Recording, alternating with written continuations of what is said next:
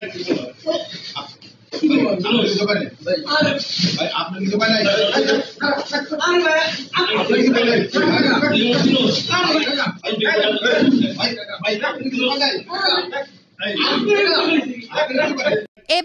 কথা কাটাকাটির এক পর্যায়ে আলী আজম মানিক নামের এক ব্যবসায়ীকে দাড়ি ধরে টানাটানি সহ মারধর করে নাসিম ভুইয়া নামের আরেক ব্যক্তি। ২৩ জুন সোমবার রাতে মানিকগঞ্জের ঘিওর থানায় এ ঘটনা ঘটে। ২৪ জুন মঙ্গলবার সকালের দিকে এই ঘটনায় থানায় একটি লিখিত অভিযোগ করেন ভুক্তভোগী ওই ব্যবসায়ী।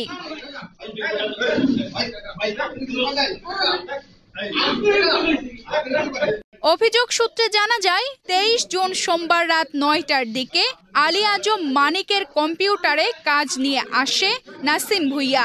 জরুরি কাজে ব্যস্ত থাকায় নাসিম ভুইয়ার কাজ করতে পারেনি। কাজ না করে দেওয়ায় ক্ষিপ্ত হয় নাসিম ভুইয়া। এরপর ব্যবসায়ীকে গালিগালাজ এবং মারধর করে। তিনি গতকালকে সন্ধ্যায় আমার দোকানে আসেন অনেকগুলো এলোমেলো কাগজ নিয়ে, প্রায় ১০-১২টা দলিল, কিছু পর্চা, কিছু ভোটার আইডি ছবি টবি নিয়ে আমার দোকানে আসেন, বলেন এটা খারিজের আবেদন করে দাও। আমি বলি এলোমেলোভাবে কাগজ দিলে তো খারিজের আবেদন করা সম্ভব না, এটা কোন দাগের থেকে কত পাবেন আমার একটু লিখে দেন। আসলে উনি দোকানে আসছিলেই হয়তো বা আমাকে হেনস্থা করার উদ্দেশ্যে, এরকম আর কি। তো তিনি দোকানে এসেন ওইরকম বলেন। আমি বলি যে আবেদন করার সময় দাক্ষতি লিখে দেন। তারা প্রায় ঘন্টা ধরে খতিয়ান লেখার, কিন্তু তারা খতিয়ান মিলাইতে পারে না আসলে কত কীভাবে আমাকে চাপ প্রয়োগ করে। আমি বলি ভাই আমার তো আসলে এভাবে এই দাক্ষতিয়ান ছাড়া আবেদন করা সম্ভব না, আর আবেদন করলেও খারিজ হবে না।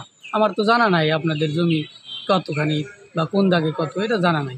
তখন তিনি একজন মোহরিকে ডাকেন, মোহরি আসে, কাগজপত্র দেখেন, দেখে তিনি বলে তো অনেক সময়ের ব্যাপার, আপনি পত্র নিয়ে আমার অফিসে যাই, আমি গুছাইয়া লিখে দিব, তারপরে মানিক আবেদন করতে পারবে, তাছাড়া এইভাবে আবেদন করবে না, হবে বইলা চলে যান। তারা আমাকে চাপ প্রয়োগ করতে থাকে, তুমি সব ঠিকঠাক করে না দিলে তোমার এটা দায়িত্ব বলে।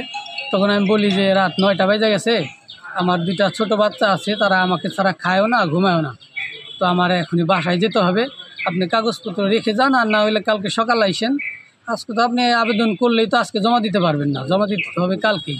আপনি কালকে সকালে আমি যেভাবেই হোক, কারোর সাহায্য নিয়েই হোক বা দেখে হোক, আমি সময় নিয়ে আবেদনটা করে দেবো। না তুই এখন করে দিবি। উনি বলে না তুই এখন করে দিবি, এখন তোকে করতে হবে, তোর এত বড় সাহস, তুই আমার কাছে টাকা চাস, আমার কাজ করস না, অন্যের কাজ করস বইলা সে বাইরে যায়। বাইরে তার সাথে আরও 2জন লোক ছিল, তারা 3জন ছিল। 3জনে কী কথা বলে নাসিম ভুইয়া আবার ভিতরে আসে তিনি বলেন যে তোরা আমি এই জায়গা দোকান করতে দিব না, গালাগালি করে আমাকে খুবভাবে হলে হুমকি দেয়, আমার দোকান বন্ধ করে দিবে এবং আমার দাড়ি ধরে আমার গালে এলোপাথারি চড়থাপ্পড় মারে এবং হুমকি টুমকি দিয়ে সে দোকান থেকে বের হয়ে চলে যায়। আশেপাশের লোকজন মারধর করার সময় ফেরায়, কিন্তু তাদের উপেক্ষা করে আমাকে মারে। তারপরেও আশেপাশের লোকজন জড়ো হয়ে গেলে সে সেখান থেকে চলে যায়। অভিযুক্ত নাসিম ভুইয়া পরিস্থিতির শিকার হয়ে বিষয়টি ঘটিয়েছে বলেন।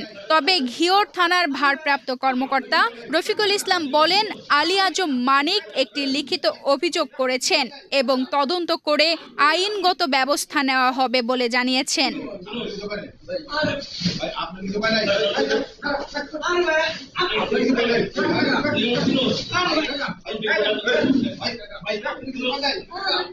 Hey!